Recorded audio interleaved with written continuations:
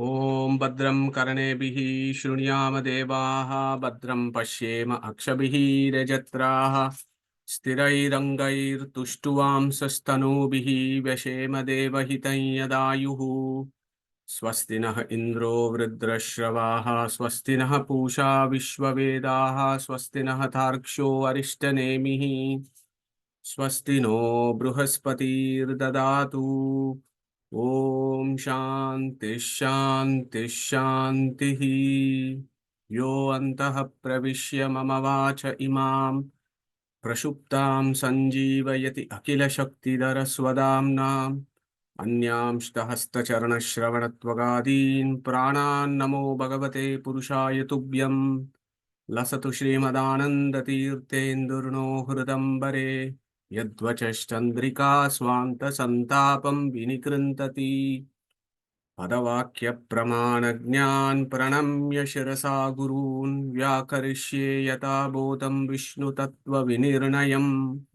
So good evening, good morning, and good afternoon to folks who have joined for the 18th session. 18th is a very good number in our Vedic system. So today is the part 18 of Mundaka Upanishad. And as you are probably aware that we have been doing Upanishad Chintana contemplation for about 6 months now. Yeah. So, and I think we are doing reasonably good justice with regards to contemplating it in all its angles and in all its glories. So where are we? So we are in the Dvitiya Mundake Pratamaha Kandaha. So in the Dvitiya Mundake Pratama Kandaha, we have done two verses. Yeah. Tadetat Satyam Yata Sudiptat Pavakat Vishfulingaha Sahasrashaha Prabhavante Sarupaha Tata Aksharat Vividaha Somya Bhavaha Prajayante Tatracha Eva Apiyanti Divyo hi Amurtaha Purushaha Sabahyabyantaro hi Ajaha Aprano hi Manaha Shubro hi Aksharat Parataha Paraha. So we did these two beautiful mantras. The last few lines of the second mantra, we had a contemplation in great details last week. And then we did a pravesha into the third verse. Etasma jayate prano manaha. So that is where we have kind of parked at this point of time. So let's do a very, very brief recap. So the Rishi, of course, is Atharva, Angira, Satyavaha, Angirasa, Shuanaka, and all the Rishis and Acharyas who are given the Bhashyas about this Upanishad. Chandas is Anushtup and others. Devata is Aksharanamaka Paramatma, and we reviewed who is this Aksharat Parataha Paraha last week. Okay, and the whole thing started off with what? And this Shuanaka wanted to know about this Akshara. And then Angirasa said this Akshara is Janmadhyasya Yataha, or he from whom the creation, etc. of the universe comes is Akshara.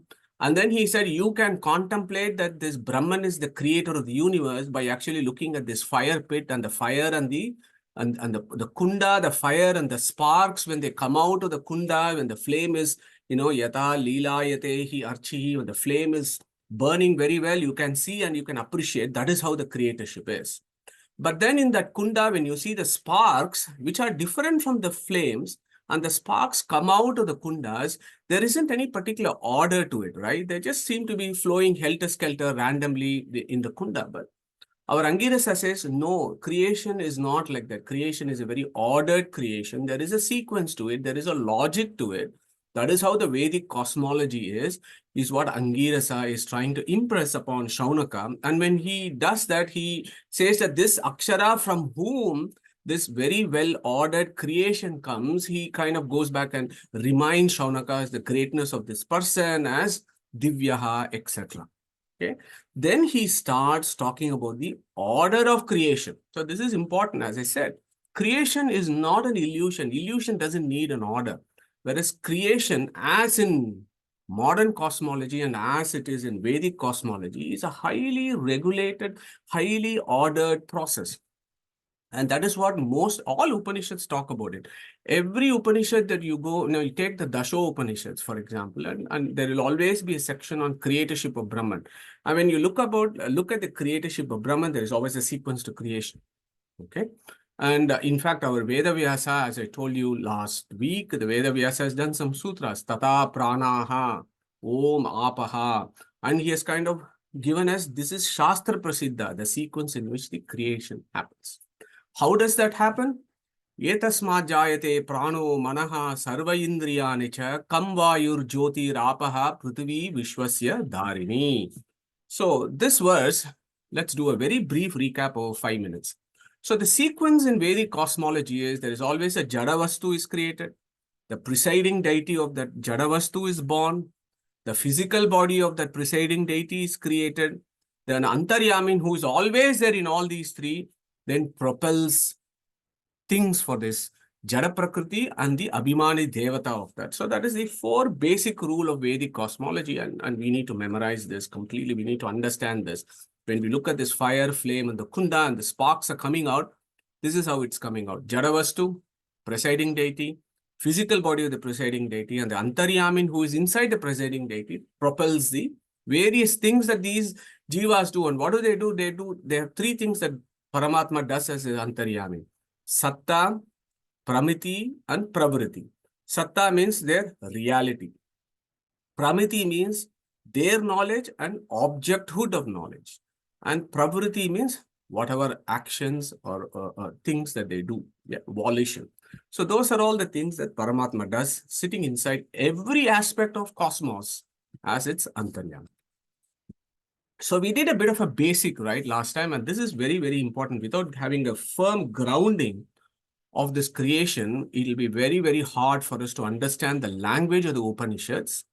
And also, what is it that Angirasa is teaching Shuanaka here? So we understood creation, what is happening. First, the Jada Prakriti. How does it happen? You have Mula Prakriti, which is very, very subtle matter. And then this Brahman says, oh, Matataha. Then the Mula Prakriti, vibration starts into Mula Prakriti. That becomes Sattva, Rajas, and Tamas. One portion of this becomes Mahat, which is again subtle matter, and a portion of Mahat then becomes Ahankara, which is also subtle matter. This Ahankara then differentiates into Vaikarika, Tejasa, and Tamasa.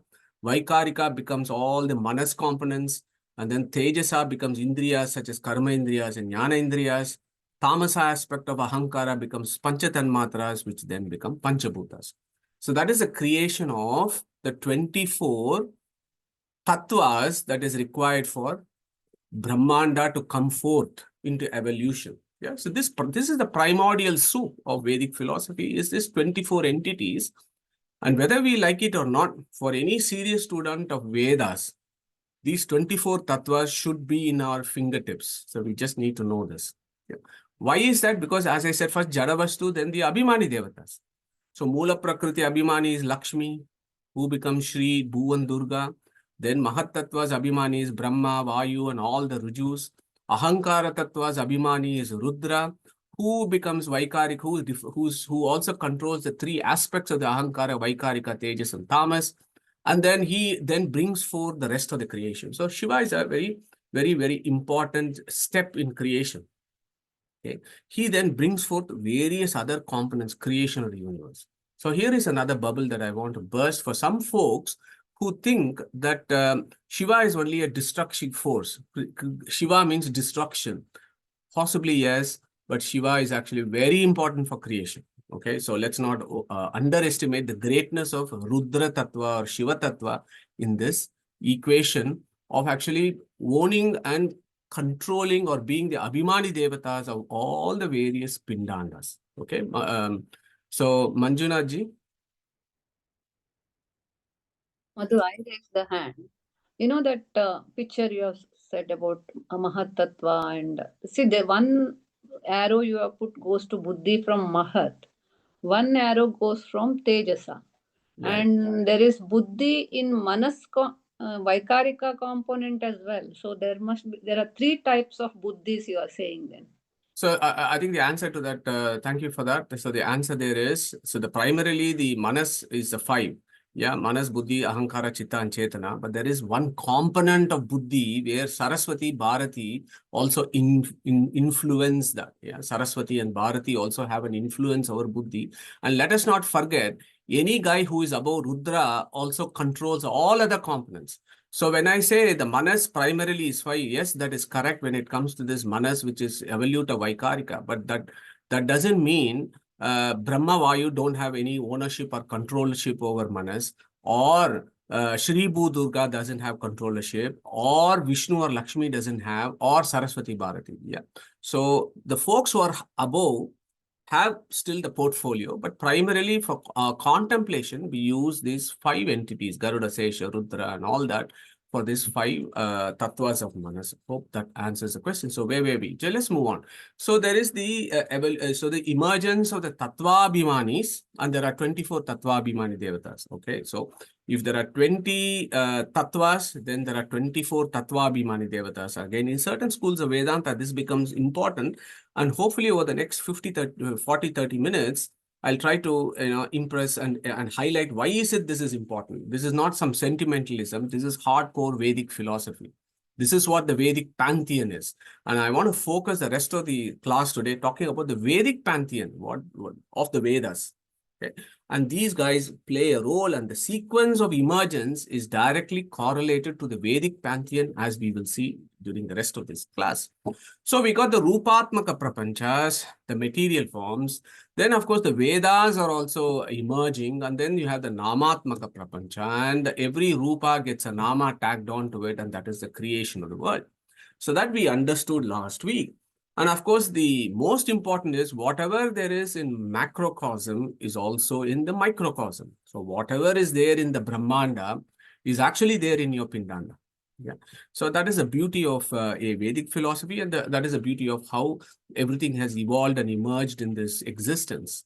First is Brahmanda, and then the Pindanda comes in, which is what Srimad Bhagavatam talks about in 9 stages of creation. Okay. So first is Brahmanda, and once the scene is set for the evolution of species, then the Pindanda comes, and then the Jivas start moving up and down in various forms of life. Okay. So that is the overarching thing. So this is the Vedic pantheon that I want to introduce to you. We have done it before.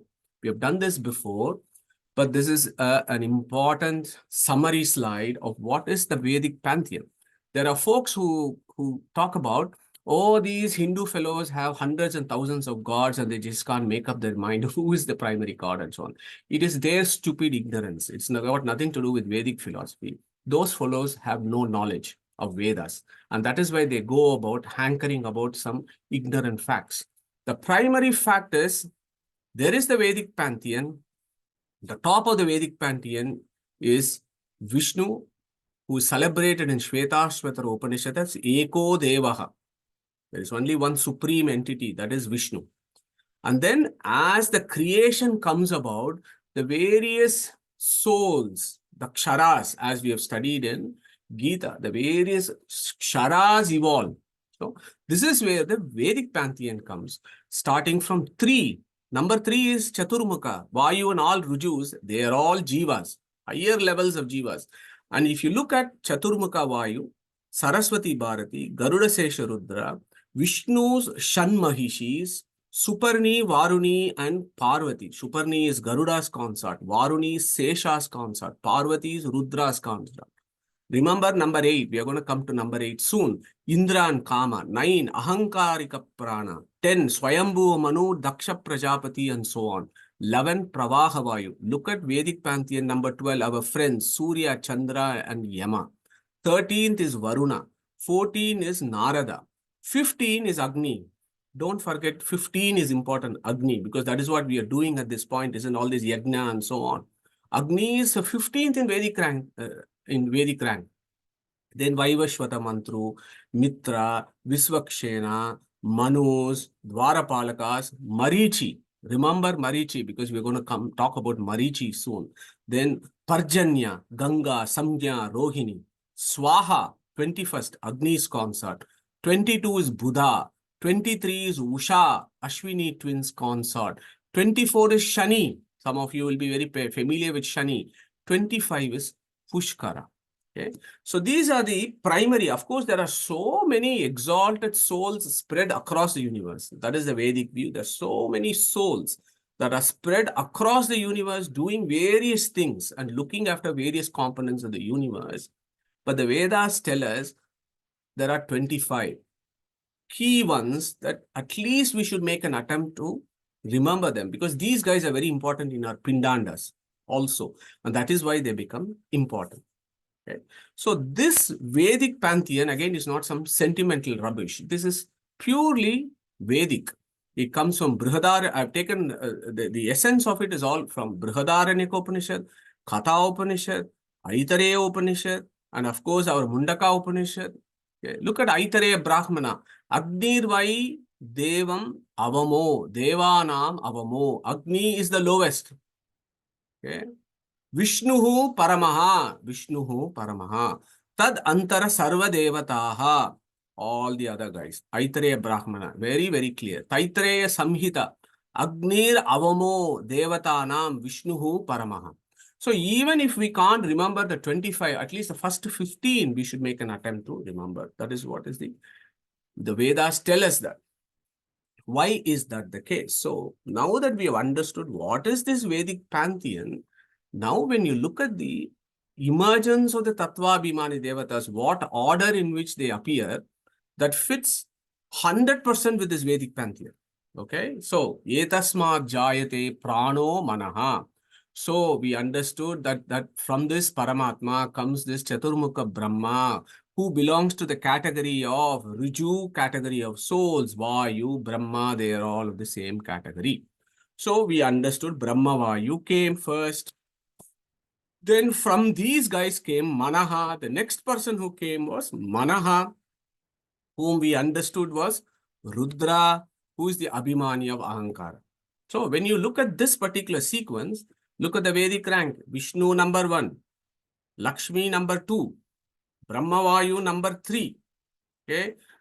Ahankara Tattva is 5th rank. So now we have done the table. There is a quick quiz. Who is the 4th rank here? Who is going to quickly give us the answer there? I've told you about Mahat and Brahma and Vayu as 3rd rank and Manas as the 5th rank, but we have missed 4th. Who is the 4th rank here from the previous? Saraswati and Bharati. Okay, very good. So anybody else? I think I think it's Shobhaji. No, I meant Saraswati Bharat. Bharati. Thank you very much. And who was the first person? Please introduce yourself. The voice was a bit new. Atharva, it was me, Padmaja. Okay, all right. Thank you very much. So 4th was Saraswati Bharati. Okay, very good. So when the very first in that verse, we have looked at Vishnu, we looked at Lakshmi, we looked at Chaturmukha, Vayu, Saraswati Bharati, and Garuda Sesha, Rudra. Hold on to that thought. Now look at 6, 7, 8. Remember that because I'm going to keep you, alert here. So now this is what is interesting. The sequence that is being discussed here is thoroughly scientific and psychological. Okay, because remember I told you, whatever is there in the Brahmanda is also in the Pindanda.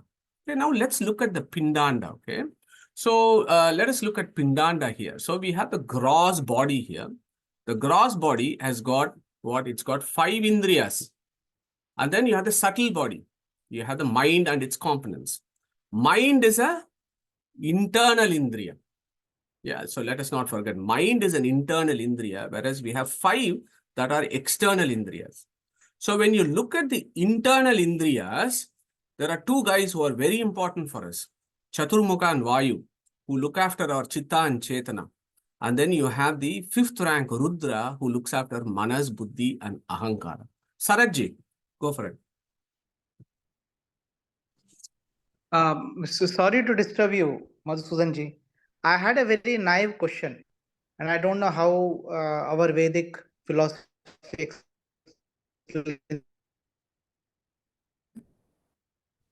Sarajji, you're breaking up.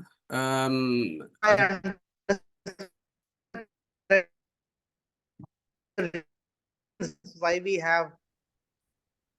Am I audible now? Sarajji, sorry, you're breaking up quite a lot. Could I maybe request you to just put your question in the chat box? Maybe the signal is a little intermittent at your end, I think. Okay, we'll move. I'll do that. I'll do that. Thank you. Thank you. Thank you very much. Thank you. So we'll wait for Sarajji's question. So as we move on, so we have now looked at the internal Indriyas. So in the internal Indriyas, we have Brahma, Vayu and Rudra. Okay. So why do I say that? Because in the next line, Yetasma jayate prano manaha sarva indriyani cha. Okay. So once prana and manaha have come, then sarva indriyanicha, all the indriyas are coming. Okay. So this is why the concept of abhimani vyapadeshas to visesha anugatibhyam becomes important. That unless we know who are the tattva abhimani devatas, we will never understand these verses. We can just say prana is breathing, manas is just the mind, indriya has all these indriyas and get going with it. That is not what the Vedas talk about. The Vedas are always talking only about conscious entities. Yeah. Whenever there is a jada, there is always a conscious entity. So this is why it becomes important, and the sequence is very logical. So here, Angirasa is saying, Etasma jayate pranaha manaha, and then he says, sarva indriyanicha. So when we do our equation, we have done this now, isn't it? So when we have indriyas, who are all the indriyas? You have the karma indriyas and you have the jnana indriyas. What are the karma indriyas? Vak, pani, padam, payu, upastha. What are the jnana indriyas? Shrotra, tvaku, chakshus, rasana, grahana. And as I told you in the Vedic pantheon, each one has got a abhimani devata. Vak, Agni, Saraswati, Bharati, Parvati. Pani, Indra. Padam, Upendra. Payu, Mitra, Yama. Upastha, Daksha Prajapati, Swayambhu Manu. Shrotra, hearing. Chandra, Soma, Mitra, Yama. Tvak, Kubera, Pradana Vayu. Chakshus, Surya. Rasana, Varuna. Grahana, Kubera. So these are all the Tattvabhimani Devatas, contemplation, when we look at Indriyas. So Karma Indriyas and Jnana Indriyas together become Sarva Indriyanicha. Okay, so he says once Prana and Manaha have come, then come all the Sarva Indriyanicha. From whom? From Rudra. Rudra is such an exalted soul, right? So he controls Tejas Ahankara, and from there these material things come, and then their Abhimani Devatas also come into being. So here I have a number of questions here. So who is the head of all the external Indriyas, and what is his portfolio? I've got a clue here. So who is going to tell us this? Indra.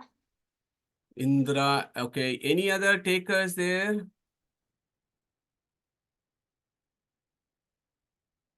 Okay, Indra. Okay, if there are nobody's disputing that, thank you very much, Padmajaji. Your perfect answer.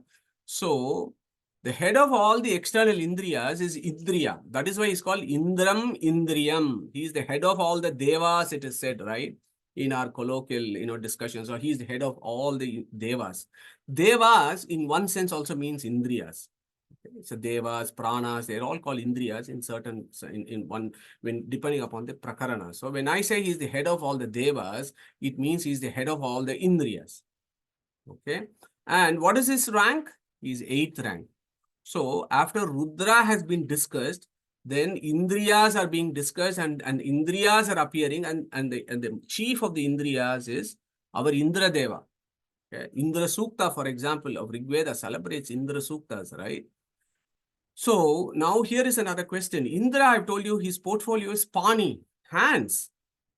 Okay, so who is going to tell us why is the hand the head of all Indriyas? It doesn't make sense. I would have thought eyes is probably more important, or your hearing. Why is it hand is considered as the head of all Indriyas? Because hand is the Abhimani is Indra. So who wants to take that up? Saraji, I'll come back to you in a minute. So who wants to take this up? Why is the hand the head of all Indriyas? The highest level of evolution is the hand, which is there in a human being. The hand is the fully developed one compared to other living beings. Thank you, So Pratibha. Do you want to that's why- elaborate that a little bit more? Why do you think in humans the hand is the most elaborate?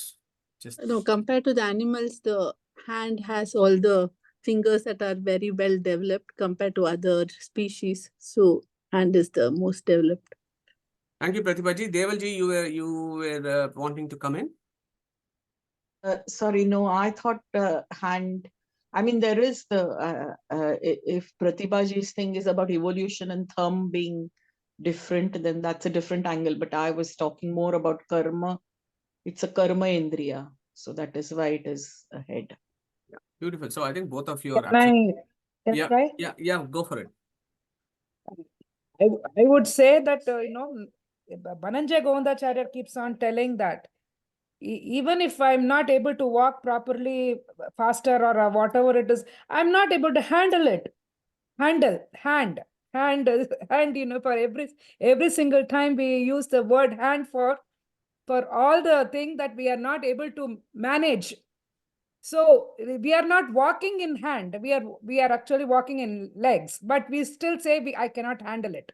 I cannot walk that long. So I thought one of the reasons. I don't know. I'm just Thank I you was so just much. thought about it. Yeah, yeah, very nice insight. Thank you very much. So yeah, all of you are absolutely right. So I think Madhuji, yeah, this little in the hand is 1% of our body surface, and it carries 16% of the motor cortex. wow, excellent. I didn't know. I mean, that's my anatomical, that's why when we read the hand, it has got the So- 16% of the motor cortex to control the functions. I don't know that has any. Yeah, beautiful cortical representation. Sorry, somebody else. Is it Saraji who wanted to come in? Yeah. So Madhusudanji, exactly that's what I wanted to have. The maximum somatotopic representation is for the hand. Beautiful. And within the hand, the maximum is for the thumb. Wow. So I don't know in what way they found it relevant. Yeah. That So perhaps absolutely- it occupies the maximum brain area that they found hand to be most relevant organ. Yeah, amazing, amazing insight from all of us here. Pragnesh. Even more worldly matter, as Devi Sethi quoting Mother Teresa says that the hands, for a surgeon I'm talking about, for the hands that heal the human are more important than the hands that pray. Thank you. Excellent. So all beautiful answers. So that's, our Vedic rishis are supreme scientists, right? So they were spot on this one. They said hand is the highest sense organs for somebody who has sadhana sharira. Saraji, come back again. Go for it. No, I'm sorry. I'll just lower my hand. It was from beginning itself. Yeah. Okay, no worries. So just going back to our rishis got this absolutely spot on with regards to them saying hand is the most evolved indriya, particularly for those who have sadhana sharira. So as Pratibha ji was mentioning initially, humans are the most evolved species, right? At least in Mrityu Loka. They are the most evolved species. Why are they most evolved? Because their hand is the most evolved with dexterity, and they're able to do all sorts of stuff. And as all others pointed out, that the maximum representation, and thank you for to that information from Manjuna ji and Saraj ji, that motor cortex has got the highest representations in the hand because of all the dexterity that the hand uses and the humans. Why? Because the whole of human civilization and all the things that we have built and constructed and seem to have a very modern, comfortable life comes because of our hands. So our Vedic rishis gave the highest importance to hands, and that karma indriyas, Abhimani, is Indra, who is called Indram Indriyam. He is the head of all the devas. Devas also means indriyas. Yeah, the bahya indriyas. He is lower than Rudra and Brahmavayu, but when it comes to bahya indriyas, when it comes to external sense organs, he is the highest. Okay, so that is how you understand when I say head of the devas, he is not head of Rudra and Brahmavayu. Absolutely not. He is the head of all folks who come below him. But above him are these guys. Yeah, Indram, Indriyam. Okay, so 6th and the 7th, who is going to tackle this? Who is 6th and who is 7th? Anybody wants to say that? We had it in the table. Who is 6th and 7th? No worries. If Mahishis, Mahishis are sitting. and 7th is Parvati. okay, cool, very good. Parvati, Suparni, Parvati. Sorry, Padmajaji, go for it. 7th one is Varuni, Suparni, Parvati. Beautiful, wonderful, 100% right. So this is the Indriyas as you go then. So if you look at this, we have done Vishnu, Lakshmi, Chaturmukha, Saraswati, Garuda. When I say Rudra, all others in that rank also come in. Garuda, Sesha, Rudra. 6th is Vishnu, Shan, Mahishis. They don't have a portfolio. Then Suparni, Varuni and Parvati, or these guys as consort. Garuda, Sesha, Rudras. And they are in number 7. So and then number 8 is Indra. Okay, so look at this beauty. The way in which Angirasa is giving this mantra is exactly the way the Vedic pantheon is constructed in the Vedic philosophy. Exactly the same. And that is why the Samanvaya is beautiful there. Now, here is another beautiful illustration. So, when you have the Vedic ranks, when I have Indra, Indra's guru is the one above Indra in the Vedic rank. And from number 7, the guru becomes number 6. For number 6 is number 5. For number 5, the Guru is 4 and 5 and so on. So in fact, if you go to the Upanishads, wherever Indra is there, the Guru for Indra is Parvati. You will see that again and again in the Upanishads, that there is Indra who will come in the Upanishad, then Parvati will come immediately. Do those research. It's beautiful. So I just wanted to illustrate that point. Okay. So now look at all the other fellows that we have, other Tattvabhimana, the Devatas that I've discussed. Sarva Indriyanicha. Who are all the Sarva Indriyani? Swayambhuva Manu, Daksha Prajapati, Prabaha Vayu, Surya Chandra Yama. So who is going to tell us who is Surya's portfolio? Quick rapid fire. Surya. Eyes. Eyes. Right eye, Okay, very good. Chandra's portfolio? left eye, Manas and and ears. Anna Abhimani Devata.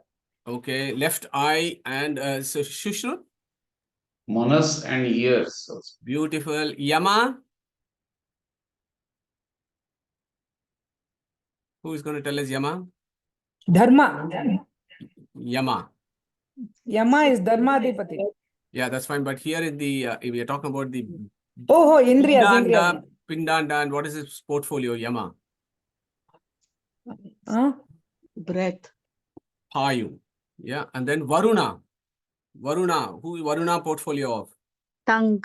Tongue. Taste. Yeah. Taste. Yeah. Agni. Agni is Vak. Yeah. Then you have Mitra. Then you have Ashwini twins. Who are Ashwini twins? Nose. No. Nose. Nostril. Beautiful. Who is Kubera? What is portfolio of Kubera? Touch. Okay, very good. So, excellent. So, when you look at this, when he said Sarva Indriyanicha, then he means that after our Rudra, Indra and all the others who come. So, now we have touched up to 18. So, this is beautiful. So, when you look at the Vedic, pantheon and how Angirasa is taking us towards it. Yes, actually, if you remember this particular mantra of Angirasa, you have actually learned the whole Vedic pantheon and why they are important, because they are all Abhimanis of our various components of this Pindanda. Okay, so let's move on. So now is the beauty. So now what's happened? All the primordial stuff is created, right? So what happened here? So let's go back to the slide, the very first slide. So all these things have now been created up to here. Yeah. So now what's happening is Yetasmad jayate prano manaha sarva indriyani cha. After that has happened, that is up to all the indriyas have been done, then the last in the sequence is Kam Vayur Jyotir Apaha Prithvi Vishwasya Dharini. So the Panchabhutas are now being described. So then the Panchabhutas and their Abhimanis are coming in. After Tanmatras, they come from the Tamas Ahankara, which is a component of the Ahankara Tattva, which is under the control of Rudra. Okay. So the Panchabhutas, Akasha, Vayu, Tejas, Ap, and Prithvi. Okay. So now here is the interesting bits. Many of us are familiar with this equation, but we'll discuss this anyway for completion. So the Panchabhutas, you have Akasha, Vayu, Tejas, Ap, and Prithvi. Akasha Abhimani is Ganesha. Vayu Abhimani is Marichi. Tejas Abhimani is Pavaka. Ap Abhimani is Buddha. And Prithvi Abhimani is Shani. Okay, so if you think about our Vedic pantheon, Shani is the 24th component. He is the 24th Tattva Abhimani who comes out during creation so that the primordial soup is ready for subsequent evolution of life. Okay, so look at Kam. Kam is worth thinking about a little bit more. Kam also means Akasha. Okay, so let us go to this very beautiful mantra in Taittiriya Upanishad, and many of us will be familiar with this. Tasmad va etasmad atmanaha akashaha sambhutaha akashad vayuhu vayor agnihi agner apaha adabhyaha prithvi prithivya oshadayaha oshadabhyo annam annat purushaha sava esha purusho anna rasamayaha, and then it goes on. Beautiful verses of Taittiriya Upanishad. But when you look at this particular verse, Tasmad va etasmad atmanaha akashaha sambhutaha. From this chap called Atma, akashaha sambhutaha. Akasha comes out. Okay. So who is this Atman? Okay. So the Atma is Rudra there. So here is a quick quiz. how can you equate Atma to Rudra? Who is going to take that particular question? So how does Taittiriya Upanishad, when it says Atmanaha Akashaha Sambhutaha, essentially that means, yes, of course, this Atman primarily is our Paramatma. But in this sequence, Taittiriya Upanishad says, from this Atma, Akashaha comes. Okay? So anybody wants to take that one, Atma? Why is Rudra called Atma? Ganesha's father, is that why? He's Ganesha's father, but why is he called Atma? One that is bigger is called Atman. Okay, cool. Yeah. Excellent, Pratibhaji. Anybody else? Atma, what are all the various meanings of Atma? Think about it. Because he has Paramatma inside him, who is driving him to do all this work. Okay, interesting. Pragneshji? Ahankara, because it is also equivalent to Ahankara.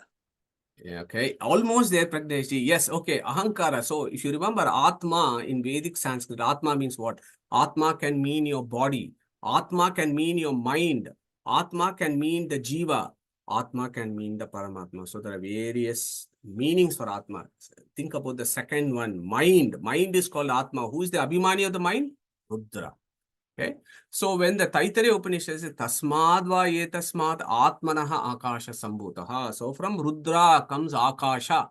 Okay, beautiful. We understand that. That is why in our Puranas you have Rudra and his son Ganesha, all this drama that happens. Yeah, that you are all very familiar.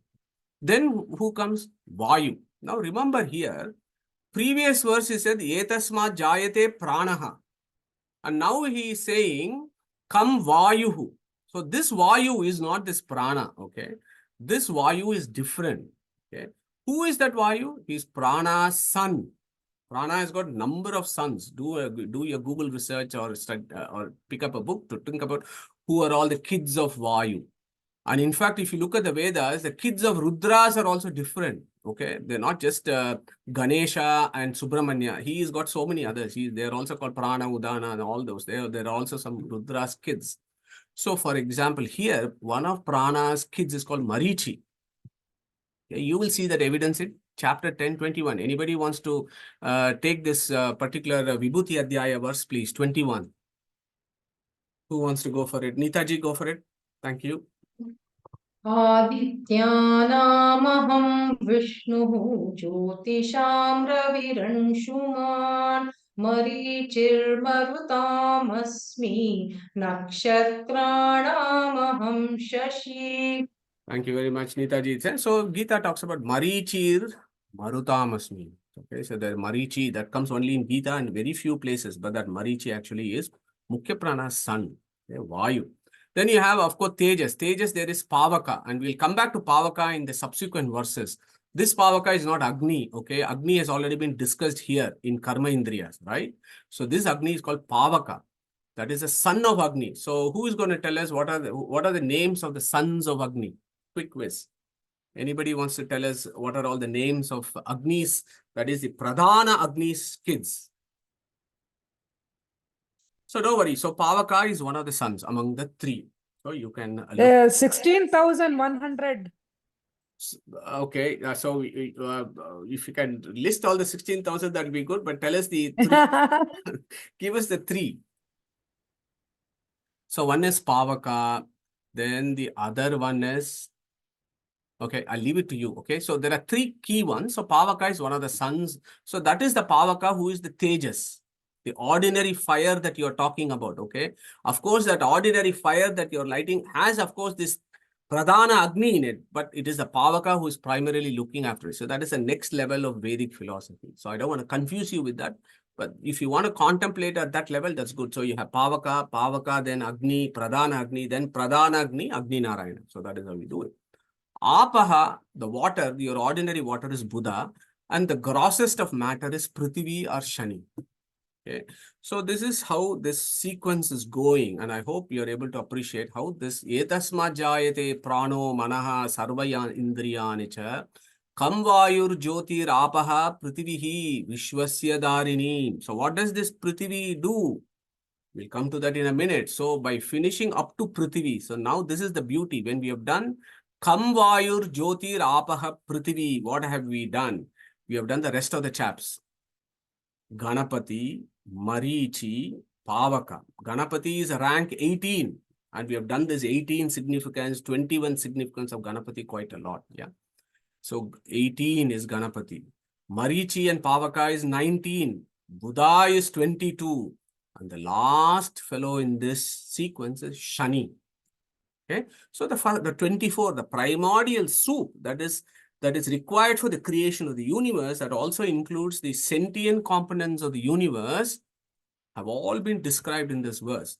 So this particular verse of Angirasa 100% should not be underestimated. It actually gives you the whole Vedic cosmology here. Okay, so before I close this particular slide, 25, I put Pushkara. Who is going to tell us who is Pushkara, the Abhimani of? Any takers? Karma Abhimani Devata. Very good. Thank you, Shobhaji. Karma Abhimani Devata. Karma. Very good. Thank you. So Pushkara is Karma Abhimani Devata. Okay. So Prithvi Vishwasya Dharini. So what does it say? Etasma jayate prano manaha sarva indriyana cha kam vayur jyoti rapaha Prithvi. What does this Prithvi do? This Prithvi is where Vishwasya Dharini. This Dharini means she holds. What does she hold? Vishwasya. What does that Vishwasya means? Jivajatasya. Okay, so it's only in Prithvi, this Mrityu Loka, that we have all these various species of life, right? That is what is described in the Pindanda, the evolutions in Bhagavata, if you remember, 7, 8, and 9. It talks about this Vaikrita Srishti, Jiva Jatasya. So Vishwasya means Jiva Jatasya, Dharini means this Prithvi holds all these, Jivas that come about. This is the sequence here. So now the primordial soup has been done. Then after that, Vishwasya Dharini. Then after that, the you and I are coming into being. Okay, so that is how the logic of the verse is. Then you and I, once the primordial matter is then the Pindanda is then if you accept Charles Darwin's origin of species, then that evolution of species, etc., is happening at that point. But our Vedic rishis have gone before that. They have actually worked out who are all the conscious entities that are coming before the gross matter, the gross evolution that we are seeing at this point of time. Okay, which is, our Vedic system, of course, is there are 8.4 million species, and all the Jiva Jatasya, they're going around in this 8.4 million species. Okay. So I hope you find it interesting as to how our rishis have compressed this vast knowledge that is available in our scriptures in these small little, cryptic mantras. And the more we contemplate and think about this, the more ideas of Vedic cosmology will come into being. And again, I need to stress here, the order there is very logical, because that is exactly the Vedic pantheon. If anybody asks you what is the Vedic pantheon, the Vedic pantheon is there. The 24 tattvas that emerge, they emerge in order because that is how they do their portfolios in the cosmos. Yeah. So now what we have done is, we have discussed the order of creation of Tattvabhimani Devatas so far, the great exalted souls that are coming out. And now the question is, it is all well and good saying that this is the order in which they come, but how do they come out from Brahman? So they're coming one after the other, right? But then the question is, how do these Tattvabhimani Devatas actually coming out? How is that happening? So he goes into the next discussion as to from Brahman they're coming. Yeah, you and I are different from Tattvabhimani Devatas. So that is the first thing that I want to talk about in this slide.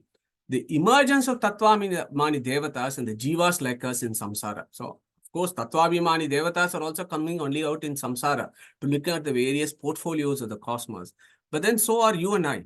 Okay, but there is a difference. This is what you need to, I think somehow need to get yourself convinced about this, because that is what our Rishi Angirasa is telling us. So here is, I've just put it very pictorially. Okay, this is very, very gross pictorial representation of how this might be happening. So you and I, we are just ordinary jivas just going on in this existence without any purpose and so on. Okay. Where are we? We are actually sitting in the womb of Brahman. Yeah, yata urnanavihi srujate grukhnate cha. That is what that verse is talking about. That you and me, we are coming out from the womb of Brahman. Whereas the Tattvabhimani Devatas, whom I put it in black circles, they have a slightly different origin, says the Vedas. This is what is interesting. Think about it. Whether you agree with this or not, I don't know. But the ideas are quite fascinating. That the Tattvabhimani Devatas who hold the portfolio of the cosmos, they come out of Brahman slightly differently. They either come out from his eyes, Brahman's eyes, or from his nose, or from his mouth, or from his shoulders, from his forehead, from his hip, or from his legs. Of course, there is no internal difference between Brahman's head and shoulders and legs and arms. There is no internal differences. But for our contemplation, the Vedic Rishi says, the way they come out is slightly different from the jivas. Okay, so that is the first point that I want to ask. Then here I've got a small quiz, because once we have understood this idea as to how we and Tattvabhimani Devatas are different. Okay, if somebody thinks I am Surya, good luck to them. Yeah, okay. So we are not Suryas. Surya is an entirely different category. Surya is a post, right? Surya is a post that looks after that particular component of the universe. And that jivas in that post, there may be infinite who come and go in creation. But they all come from the eyes of Brahman, okay, not from the womb. So that's a subtle contemplation. But here is a question that I have for us to think about. What happens to Tattvabhimani Devatas and Jivas like us in moksha? Okay, so that would give you a clue as to what is going on here. Anybody wants to share their ideas? So what happens? Assume we are all doing satsang and we'll continue to do this for a few more rounds of birth and death. And then at some point, God is so impressed with us, he'll say, okay, mate, let me remove all your karmas, come with me to Satyaloka. And then we hang out there, and then we take a dip in Viraja, and then we cross over to the other side. Along with whom? Along with Chaturmukha Brahma, because he is going to take us there, along with all other jivas. Yeah. So what happens? Who goes where? So Tattvabhimani Devatas have also crossed Viraja Nadi. You and me also cross Viraja Nadi, and we are in this non-material plane called the Vaikuntha that the Vedas talk about. Where do we go? Anybody wants to share their ideas with us here, please? Because I've given you a clue there. We can all be in Salukya. We can go to his loka or be near him, but the Tattvabhimani Devatas, maybe they only can go to the Sayuja state. Very nice, Pratibhaji. Anybody else has got a different view here? Okay, no, Pratibhaji got absolutely right. So the only folks who actually can go into the body of Brahman, they don't become Brahman, they go into the body of Brahman called the Sayujya. They are the Tattvabhimani Devatas. Some of us probably will be in the periphery, somewhere in the boundary, somewhere in the outermost area of Vaikuntha. We may be hanging out there, Salokya, if we are lucky. Okay. The even more higher ones may go to Samipya, a bit close. Sarupya, they may have a similar kind of appearance like Vishnu himself with Shanku, Chakra, Gada, Padma, and all that. But Sayujya is the Tattvabhimani Devatas. And they go to their respective areas. Surya, for example, if the Mukta Surya will go to the eye component of the Brahman. That is the contemplation. Okay, so that is the idea that I wanted to give you from the Vedic philosophy, that why these Tattvabhimani Devatas are a big deal, and why the worship of the Tattvabhimani Devatas is a big deal, and how we are different from the Jivas, and how we can infer that from actually understanding in moksha, where do all these guys go and what are their destinations. They don't randomly go to someplace in moksha and have fun and frolic there. No, they have their own stations that they go to. Okay. So that is what the next verse is. Emergence of Tattvabhimani Devatas. It's all well and good talking about the order in which they are appearing. Now Angirasa then gives a beautiful analogy of how do they appear. Okay. This is for our own contemplation.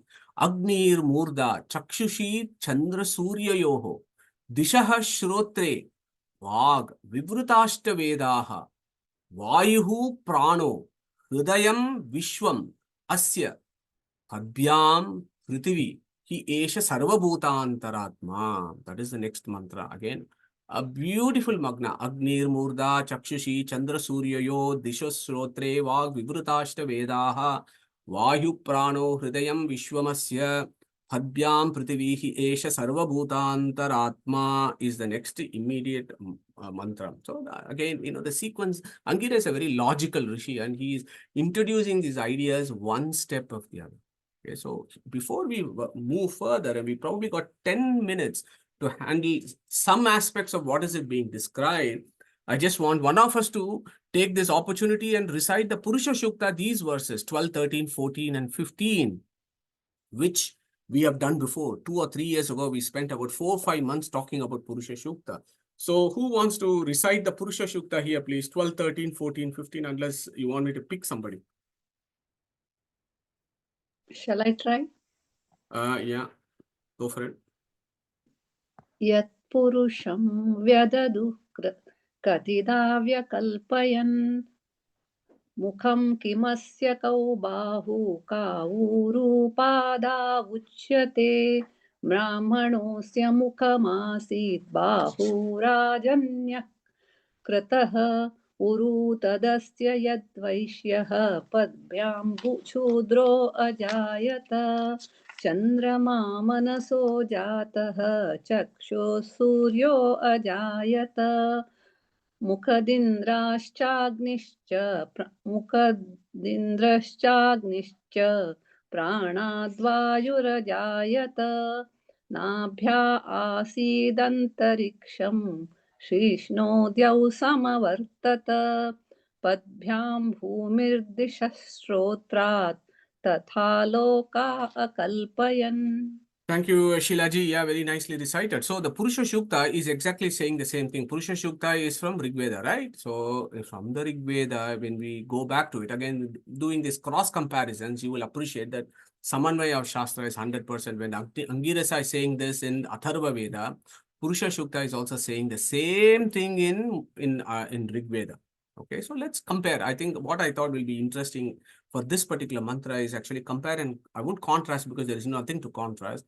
Compare both verses and how beautifully they are saying. Okay, so the Purusha Shukta, let's think about this Purusha Shukta before we understand the Mundaka Upanishad, what exactly is being saying. So, Mukham Kimmasya Kaubahu Kauru. So the Rishi is contemplating from his head what is emerging, from his shoulders what is emerging, from his hips what is emerging. Of course, everything is Kim Kau Kau. Kau means Kaha. Kaha means Ananda.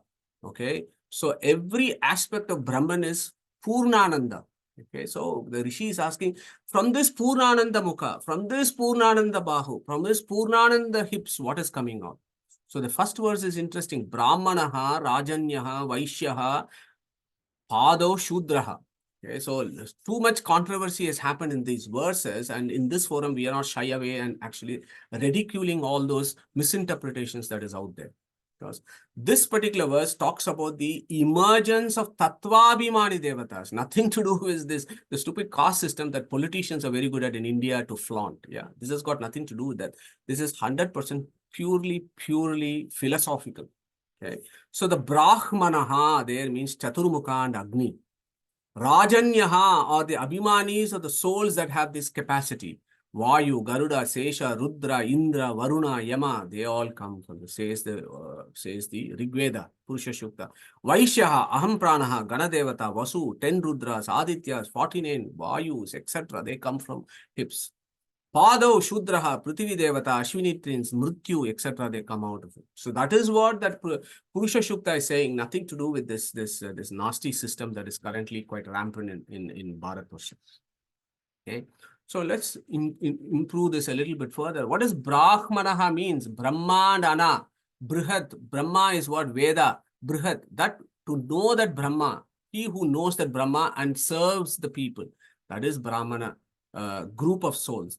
Kshatriya, Rajanyaha, Ranjayati iti Rajanyaha, Kshatatra, Kshata means people in danger, Tra means Trayate, to protect. So that souls, groups of souls that have the capacity for administration and protection and serve society, they are the Kshatriyas.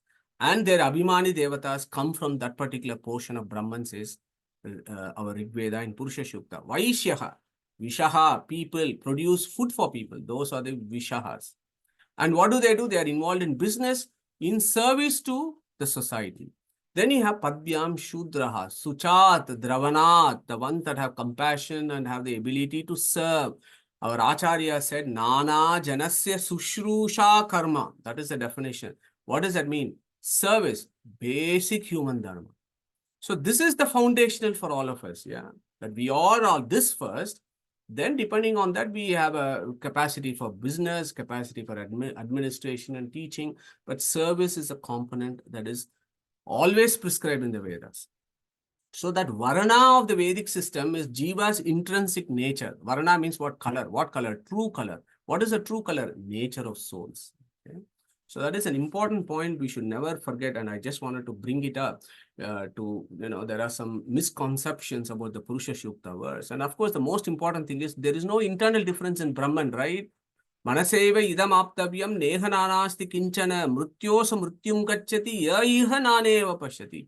Yad udakam durge vrishtam parvateshu vidavati evam dharman prutak pashyantaneva anuvidavati. Katha Upanishad Yama clearly telling that fellow who thinks that Brahman's hands, shoulders is different, Brahman and his avatars are different, Brahman and his vyuha forms are different, Brahman, Krishna, Rama are different, that fellow goes to the deepest of hells. 100% from Yama. This is Yama who looks after our journey. He has clearly said this in Upanishad. So I think we need to take this seriously. But some folks think that they themselves are Brahman. So what can you say for that?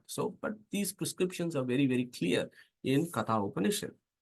So when you put all this, I just wanted to say that because what is the very first verse here? Agnir Murda. Okay, so this Agni, where did he come from? Agni is what? He is Vak Devata, right? He is rank 15 in the Vedic pantheon. Where is he coming from? Agnir Murda, from his forehead. What does Purusha Shukta says? Mukhad Indrashcha Agnishcha. Okay, so you got to sort of compare and contrast Purusha Shukta and says they are saying the same thing. Now look at the next one. Next one, what does it says? Next one is saying, who wants to recite it? Chakshushi Chandra Surya Yoho. So from Brahman's eyes, Chandra and Surya are coming. So this is interesting. Okay, I think Shobhaji was mentioning left eye is Surya, right eye is Surya, and left eye is Chandra. So that is one contemplation. But these Tattva Abhimani Devatis, mind you, they come from different angles in different ways in our systems, because these Tattva Abhimani Devatas are exalted souls and they do lots of mysterious things that is described in the Vedas. Their origination is not similar to us. Our origination is going to be discussed in the next mantra, which talks about Panchagni Vidya. And we will spend a lot of time about this next week, hopefully the week after. Our origination is from our father and mother with fertilization, blah, blah. But Tattva Abhimani Devatas have a slightly different way of coming. Yeah, they will come, they can come through the left ear, but also through the ears. They can come from the left eye. Chandra, for example, yeah, he may come differently. For example, in Purusha Shukta, Chandrama Manaso Jataha.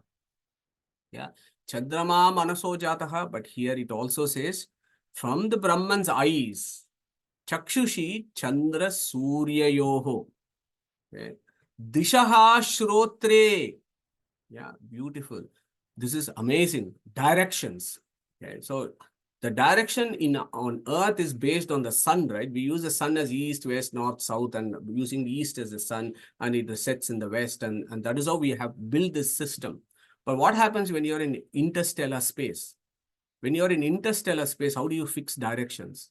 Okay, those are all issues, okay, not just of our astronomy, but it is also an issue of Vedic philosophy, because our Vedic philosophers have sorted this out. Okay. They have said there are 10 directions, guys. Uttara, Ishanya, Purva, Agneya, Dakshina, Nairitya, Pashchima, Vayavya, Urdhva, Adaha. Okay. And they said these are all the directions in the universe that is there. And again, for each direction, there is an Abhimani, Kubera, Ishana, Indra, Agni, Yama. Remember that's why Yama is called Dakshinapati. He's called Dakshinasapati in Katha Upanishad, because he is the Abhimani of the southern direction. Nirriti, Varuna, Vayu, Chaturmukha, Sesha. Okay, so these are all interesting. Same thing Purusha Shukta says, Dishaha Shrotrat. Okay.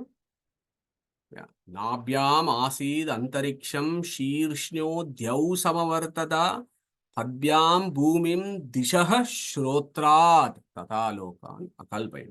So exactly the same words that the various mantras are doing. So we will probably do the last word in this line and then close today's session. Vag Vivrutashtha Vedaha. This is Beautiful. Okay, so let's, where are we now? We have done this slide. So this is the next slide. Vag Vivritashta Vedaha. This is beautiful. Tasmad Yajnat Sarvahutaha. Richaha Samani Jagnire, Chandamsi Jagnire Tasmad, Yajus Tasmad Ajayata. From this walk, from the speech of Brahman, from his mouth came Vag Vivritashta Vedaha. What did he do in the first creation? He said Om. And the Om then differentiates. Not only that Om vibration stirs up the Mula Prakriti to start the Rupatmaka Prapancha, but at the same time, this Om, Nada, what does it become? Akara, Ukara, Makara, which is Bhu, Bhuva, Swaha, which is Tat Savitur Varenyam, Bargo Devasya Dhimahi, Diyo Yonaha Prachodayat, Purusha Shukta Varga 1, Purusha Shukta Varga 2, Purusha Shukta Varga 3, Padya, Gadya, Ghana, and all the sounds of the universe. They all come out like that. And even when you look at Vak Vivritashta Vedaha, there are subtle philosophy there. Mukhad Indrashta Agnishta, Chakshor Suryo Ajayata, Chandraba Manaso Jataha, Pranad Vayu Rajayata. So when Rig Veda, Purusha Shukta gives sequence, it doesn't give it randomly. There is a purpose there. Because Indra and Agni are Abhimanis of Rig Veda, Padya. Surya is the Abhimani of Yajur Veda, Gadya. Chandra and Mukhya Prana are Abhimanis of Samaveda, which is Gana. So even that sequence talks about Rig, Yajus, and Samaveda. This is all to it, Padya, Gadya, and Gana. Atharva is just a combination of Padya and Gadya, as you know. Yeah, so the world of names, Namatmaka Prapancha, comes out from the speech of Brahman. Okay. So goes the Upanishads, and it's beautiful. What we will do is we'll close at this point, but for the next session, we'll pick these words out. Vayuhu Prano Hridayam Vishwamasya. So let's do is, who is this Vishwam? What is this Hridayam? The heart of Brahman, and it says this Vishwam comes from that. Vayuhu Pranaha, from the breath of Brahman, Vayu, Mukhya Prana comes out. Okay. Then Padbyam Bhumim. So we will understand of that. And there is another level of contemplation based on this Padbyam Prithvi. Okay. From his feet comes Prithvi. So that means from his eyes comes Surya. That means what? The eyes of Brahman is called Surya. And because the eyes of Brahman is called Surya, that soul that emerges from the eyes of Brahman is also called Surya. Okay. So those are all the Sarva Shabda Vachya philosophy that you pick up as you go along. And we will deal with all this in the next class, and I hope you found it interesting. It's a little bit complicated, but I think you need to, ruminate on this, because those 24 are critical components of philosophical progression, and we have done this so many times of let's not waste our time mechanically going to the temples, because the whole concept of temple worship is about the Tattvabhimani Devatas, yeah, and then Vishnu at the highest, using the Vedic pantheon, and you cross that, you climb that steps, right? That 18 steps, and then reach the number 1 there. So those are all the philosophies there. So we'll pick this up. The bucket loads of slides to catch. So I'll close at that point, and I'll go back to Sarajji's question. So Sarajji, if you're there, do you want to come back? Hopefully your signal is fine. Do you want to just... Yes, I can hear you, Madhusudanji. Yeah, go for it now. So my question is very naive. One of the explanations they give that the reason we have multiple gods is that it depends at what level the god is, depending upon how much of consciousness he or she has been elevated to. At the same time, we also understand that we have forces or different gods with the different capabilities. And then, then we are being told on one side that Vishnu is the most omnipresent and omnipotent. But again, in Vedas, we find that he's not omnipotent, because Shiva is equally powerful. He could counter it. So he's just one of the forces. So how do you look at this in a very holistic way? That was my question to you, Madhusudanji. Yeah, beautiful question, Sarajji. A very foundational question. How do you handle this? Because this is what folks of the other schools of philosophy is challenges, right? So you guys are confused. You don't know what you're talking about. Yeah. So that is why I just want to remind you that Srimad Acharya, in his Tattva Sankhya, number 1, he classified all sentient beings. Sentient beings have consciousness, right? Only sentient beings have consciousness. and non-sentient beings don't. So in his Tattva Sankhya, the very first verse was Swatantram cha aswatantram cha dvividam tattvam ishyase swatantro Bhagavan Vishnu. So there are only two entities in the whole of the universe. There is an independent being and all others who are dependent beings. And the categorical Krishna, the criteria there is, Vishnu is the independent being, all others are dependent beings. Okay. So the view from the Vedic pantheon that I've shown you, from how Angirasa has brought about the Tattvabhimani Devatas, is that all others come after him. Yeah, and he is the independent being. So that is one way of looking at it. The other way you may want to rebuke these kind of arguments is you say, look, our philosophy is based on scriptures. And the three primary scriptures that we use is called Prasthanatrayas. And the Prasthanatrayas include what? Sutra Prasthana, Gita Prasthana, and Upanishad Prasthana. So this is what we use, three scriptures to try and tackle this problem. So let us take a middle one called the Gita Prasthana. So what we can say at that point to this person is, Gita Prasthana, I would like to remind you of chapter 15, verse 16, 17, and 18, which is the foundational verses for us to answer this question. So in fact, maybe we could get one of us to recite that again, because nobody's tired reciting it. So who wants to go for 16, 17, 18? Go for it, Neetaji, yeah, or Sushruji. द्वाविमौ पुरुषौ लोके शरश्चाक्षर एव च शरः सर्वाणि भूतानि कूटस्थोऽक्षर उच्यते उत्तमः पुरुषस्त्वन्यः परमात्मेत्युदाहृतः यो लोकत्रयमाविश्य बिभर्त्यव्यय ईश्वरः So thank you. यस्मात् क्षरमतीतोऽहम् अक्षरादविचोत्तमः अतोऽस्मि लोके वेदे च प्रथितः पुरुषोत्तमः. Yeah, wonderful. Thank you guys for stepping in. So Saraji, again, you can say, look, please look at this verse, which is a very important verse, where all sentient beings have been classified here. They said that there are various types of sentient beings. One is called Ksharas, the other one in singular called Kutasto Akshara, and the third one is called Purushottama. Purushottama is Vishnu, who is an entirely different category, whereas the Kshara Jivas are the ones who are coming in samsara, shedding their bodies, starting from Chaturmukha Brahma. They all carry bodies, according to Angirasa in Atharva Veda.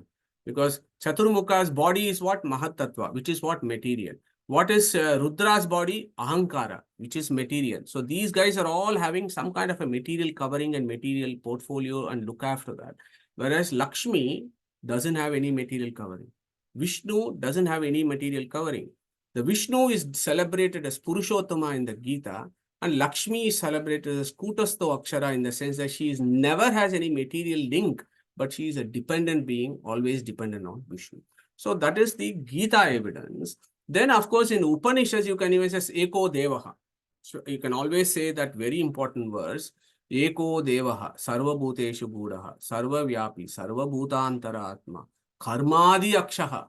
So Sakshi, Cheta, Kevalo, Nirgunashti. So that is a very important verse. There is only one God, Supreme God, who is called Narayana Vishnu. Yeah.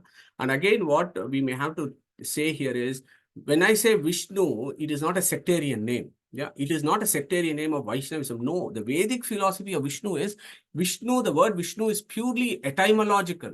So I don't know if anybody wants to come in and give us an idea of what that Vishnu actually means. So you got Vishal Vyapto. Vishal, is all pervasive aspect of. Yeah, beautiful. Thank you, Shilaji. So Vishal Vyapto, he is all pervasive. That being which is all pervasive is called Vishnu. It doesn't mean that this guy has got his four hands with all this and so on. No, it is just a description for our contemplation. But it is some folks who make it very sectarian. It is their problem. But Vedic philosophy is very... Vishnu is etymological. Sorry, somebody else wanted to come in. Yeah, Vishnu is Sarva Dosha Vivarjita and Sarva Purna. Yeah, thank you, Gunapurna. Yeah, that's absolutely right. So that is, he's a Gunapurna Doshadura, but he's Vishal Vyapto, he's all pervasive. That is where that Gunapurna Doshadura comes, because he is all pervasive in what? Time, place, and gunas.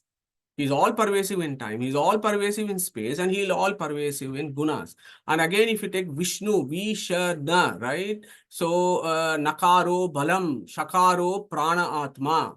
Aitareya Upanishad gives the etymology of Vishnu and says that Shakaro, Nakaro Balam, Shakaro Prana Atma. V means Vilakshana. He is entirely different category, but he is Prana Atma, he is inside everything and he is controlling everything.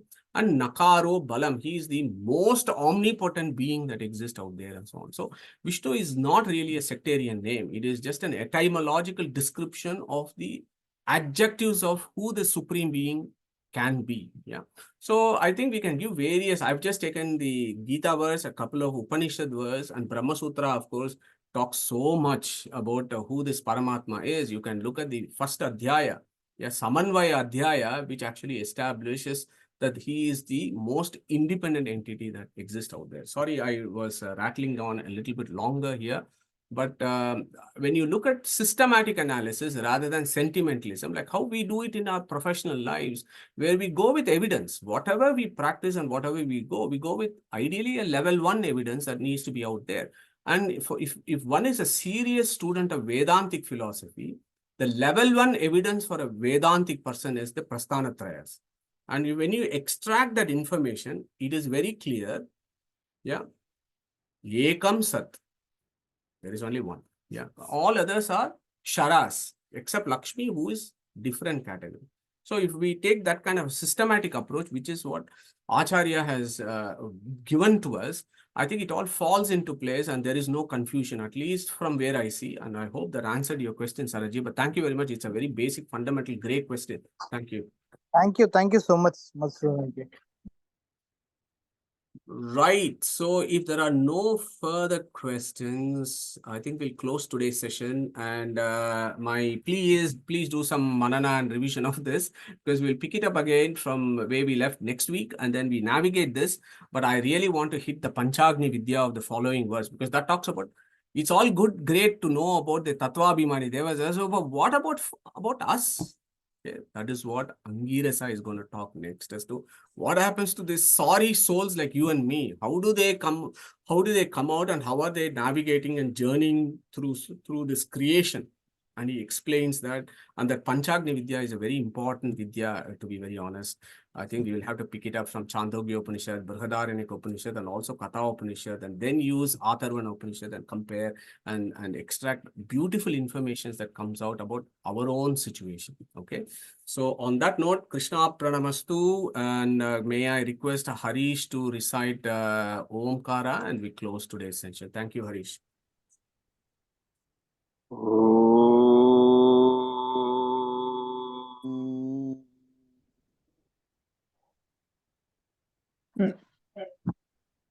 Thank you very much. I would like to introduce one person here. Yeah, sure. Divya Shri from Texas. Okay. Hello, Divya Shri. Welcome to our group, and hope you will contribute from next class. Thank you very much. Thank you, Shobhaji, for getting Divya. Okay. All right. Hare Krishna. Take care, everyone. Namaste. Thank you so much. Take care.